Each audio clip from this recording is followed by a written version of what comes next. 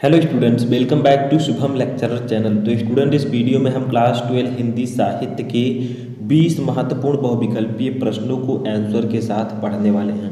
यानी कि जो आपके बोर्ड एग्जाम में 10 नंबर के बहुविकल्पीय प्रश्न आते हैं उनको हम इस वीडियो में डिस्कस करेंगे। तो अगर आप भी हिंदी पढ़ रहे हैं और हिंदी साहित्य के बहुविकल्पीय प्रश्न बोर्ड एग्जाम में पूछे जाते हैं तो इस वीडियो को लास्ट तक देखते रहें। तो देखिए, जैसे फर्स्ट क्वेश्चन हमारा है, कुछ इस प्रकार के क्वेश्चंस आएंगे। जैसे है कामायनी रचना है, यानी कि इनमें से कामायनी को किसने लिखा है, ठीक है, उसके लेखक कौन है, ये पूछा जा रहा है। तो देखिए, का ऑप्शन है सूर्यकांत त्रिपाठी निराला की, खा है महादेवी वर्मा की, गा है जयशंकर प्रसाद की और खा है मोहन अवस्थी की। तो इसका सही आंसर कितने लोगों को पता है? तो इसका जो सही आंसर होगा वो होगा जयशंकर प्रसाद की, ठीक है, गा ऑप्शन इसका सही होगा। जो कामायनी है वो जयशंकर प्रसाद जी की रचना है। इसी प्रकार से 4 ऑप्शन दे रहेंगे, आपको आंसर देना होगा। जैसे देखिए, अब हम सेकेंड क्वेश्चन अपना देख लेते हैं। यहाँ पर देखिए, ये है कि कितनी नावों में कितनी बार काव्य कृति है, यानी कि कितनी नावों में कितनी बार ये किसने लिखा है। तो देखिए, का है ऑप्शन सच्चिदानंद हीरानंद वात्स्यायन अज्ञेय की, खा है हरिवंश राय बच्चन की, गा है गिरिजा कुमार माथुर की और खा है सुमित्रा नंदन पंत की। तो इसका जो राइट आंसर होगा वो आपका होगा सच्चिदानंद हीरानंद वात्स्यायन अज्ञेय की। यानी कि कितनी नावों में कितनी बार जो काव्य है इसको सच्चिदानंद हीरानंद वात्स्यायन अज्ञेय ने लिखा है, ठीक है। तीसरा हमारा क्वेश्चन आता है कि कविता में 4 चांद लगाने वाली शक्ति है, यानी कि इनमें से कौन सी ऐसी शक्ति है जो कविता में अगर हो तो कविता में 4 चांद लग जाती है। 4 ऑप्शन है आपके पास, का है अभिधा, खा है लक्षणा, गा है व्यंजना और खा है तात्पर्य। तो इसका जो सही आंसर होगा वो हो जाएगा गा व्यंजना, ठीक है। व्यंजना जो है ये अगर कविता में हो तो कविता में 4 चांद लग जाती है, ठीक है। अगला देखिए, हमारा चौथा क्वेश्चन है कि खुमान रासों के रचयिता हैं, इनमें से खुमान रासों को किसने लिखा है। तो देखिए, यहाँ पर का ऑप्शन है नरपत नाल्य, खा है दलपत विजय, गा है चंदर वरदाई, ठीक है। 3 ही ऑप्शन है, 4 ऑप्शन होने चाहिए थे, लेकिन इसका जो सही आंसर आपको पता होना चाहिए। इसका जो सही आंसर होगा वो होगा दलपत विजय, ठीक है, खा ऑप्शन इसका सही होगा। तो खुमान रासों के रचयिता है दलपत विजय, ठीक है। 5वां क्वेश्चन हमारा यहाँ पर आता है, देखिए ये कि रसिक प्रिया रचना है, यानी कि रसिक प्रिया किसकी रचना है, रसिक प्रिया को किसने लिखा है। का ऑप्शन है मतीराम की, खा है केशवदास की, गा है नरपत नाल की और घा है सुमित्रा नंदन पंत की। तो जो रसिक प्रिया है इसको लिखा है केशवदास ने, ठीक है, खा ऑप्शन आपका सही हो जाएगा। तो 5वां का जो सही ऑप्शन होगा वो होगा खा, ठीक है, रसिक प्रिया केशवदास जी ने लिखा है। अगला देखिए, 6वां क्वेश्चन है अग्रदास किस काव्यधारा के कवि हैं, यानी कि अग्रदास एक कवि हैं, वो किस काव्यधारा के हैं। का है कृष्ण काव्यधारा, खा है सूफी काव्यधारा, गा है वीर काव्यधारा और खा है राम काव्यधारा, ठीक है। तो जो अग्रदास हैं वो हैं राम काव्यधारा के कवि, यानी कि ये राम काव्यधारा के कवि हैं, ठीक है। अब अगला क्वेश्चन हमारा है, ये आपका घा यहाँ पर सही हो जाएगा। अगला देखिए, हमारा 7वां क्वेश्चन आता है कि पपीहों की वह पीन पुकार किसकी पंक्ति है, यानी कि पपीहों की वह पीन पुकार ये किसने लिखा है, ठीक है। का है भारतेंदु की, खा है जयशंकर प्रसाद की, गा है सुमित्रा नंदन पंत की और घा है महादेवी वर्मा की। तो इसका सही आंसर जो हो जाएगा वो होगा आपका गा सुमित्रा नंदन पंत की, ठीक है। तो पपीहों की वह पीन पुकार जो है ये सुमित्रा नंदन पंत जी की रचना है। तो इसी प्रकार से आपको क्वेश्चंस के आंसर पता होने चाहिए। इससे पहले भी मैंने आपको हिंदी साहित्य के कई वीडियो में बना चुका हूँ, तो उसको भी आप जाकर देख सकते हैं। 8वां देखिए, प्रिय प्रवास काव्य कृति का मुख्य रस है, यानी कि जो प्रिय प्रवास है, ठीक है, इसका मुख्य रस क्या है, यानी कि इसमें कौन सा रस इंक्लूड किया गया है, ठीक है, किस रस से ये बना है, मुख्य रस कौन सा है। तो का है संयोग श्रृंगार, खा है करुण रस, गा है वियोग श्रृंगार और घा है शांत रस। तो इसका जो सही आंसर होगा 8वें का वो होगा वियोग श्रृंगार।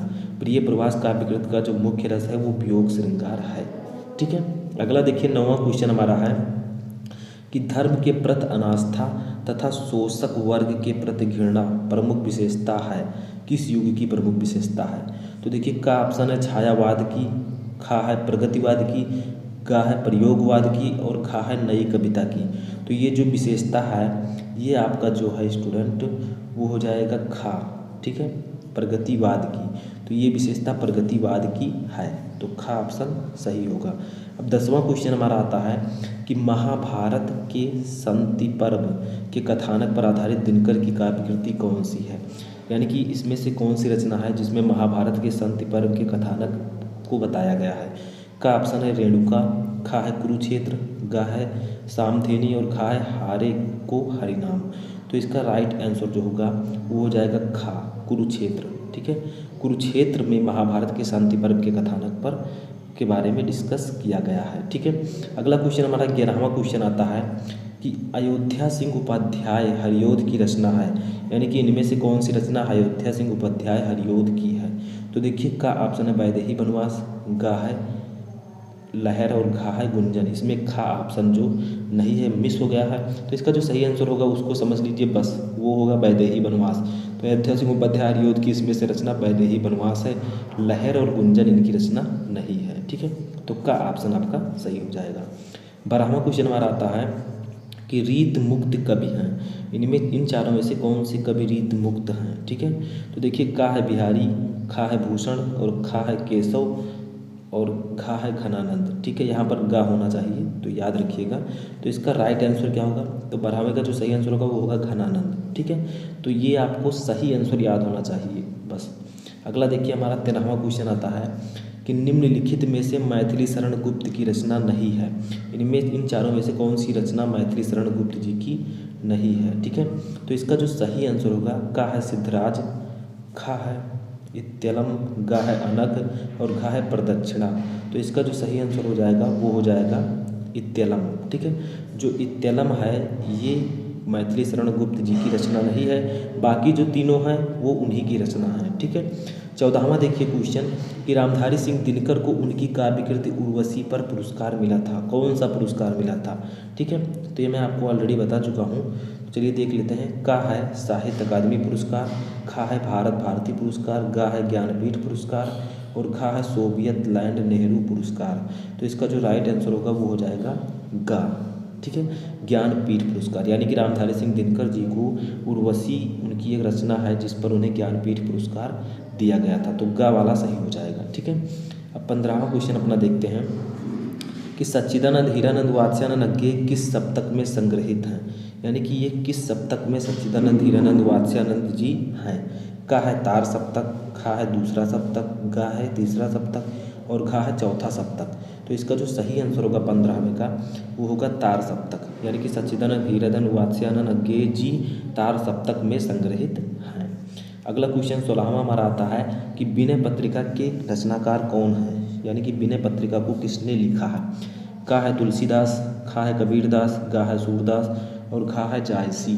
तो इसका जो सही आंसर होगा वो हो जाएगा तुलसीदास, का ऑप्शन सही होगा। ठीक है, तो विनय पत्रिका को तुलसीदास जी ने लिखा है। तो इसी प्रकार से आपको बहुविकल्पीय प्रश्न तैयार करने हैं, मैं सीरीज चला रहा हूँ, उसी में से बहुत सारे क्वेश्चन आपको बताए जाएंगे, तो आप लोग धीरे धीरे सभी देख सकते हैं। देखिए अगला है कि कामायनी किस युग की रचना है, जो कामायनी है ये किस युग की रचना है। ठीक है, ये तो आप जानते हैं कि जयशंकर प्रसाद जी ने लिखा है, बट किस युग में लिखा है। तो का है द्विवेदी युग, खा है छायावादोत्तर युग काल और गा है छायावादी युग और खा है भारतेंदु युग। तो इसका जो सही आंसर हो जाएगा वो हो जाएगा छायावादी युग। कामायनी छायावादी युग की रचना है और जो जयशंकर प्रसाद जी हैं वो छायावाद के कवि हैं। ठीक है, 18वां क्वेश्चन है कि निम्नलिखित में से छायावादोत्तर काल के कवि कौन से हैं, यानी कि छायावादोत्तर काल के कवि इनमें से कौन से हैं। का है भारतेंदु हरिश्चंद्र, खा है मैथिली शरण गुप्त, गा है राम नरेश त्रिपाठी और घा है शिवमंगल सिंह सुमन। तो इसका जो राइट आंसर हो जाएगा 18 का वो है घा, शिवमंगल सिंह सुमन, ये छायावादोत्तर काल के कवि हैं।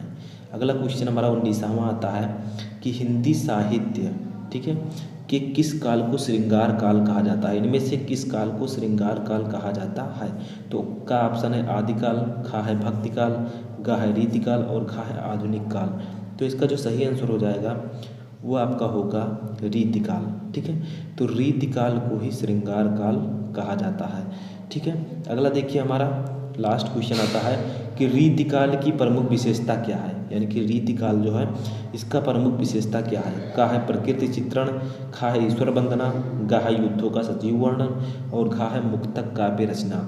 तो रीतिकाल की जो प्रमुख विशेषता है वो है मुक्तक काव्य रचना, घा ऑप्शन सही हो जाएगा। ठीक है, अब लास्ट हम एक क्वेश्चन कर रहे हैं जिसका आंसर आपको कमेंट बॉक्स में ज़रूर देना है।